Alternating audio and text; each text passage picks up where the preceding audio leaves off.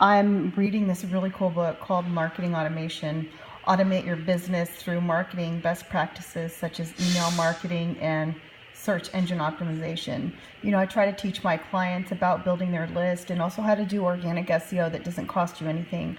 I like this book because it's a really easy read. I read it all in one day, and I'm not a big reader for sure. But what it does, the description's a little long, but let me show you some of the stuff that's in the contents here.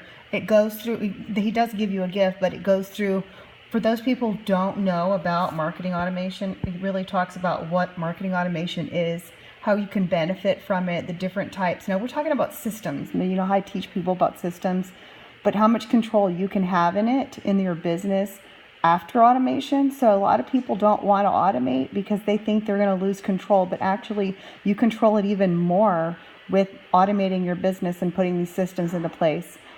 When the right time for your business is, start doing it, and then he provides some case studies and also which tools are best for you. Now, I recommend a lot of tools, but he and I seem to see the same thing, so check it out. I'll post the link below for you to check out this book. It's, again, a really easy read, and it's got some great information. Thanks.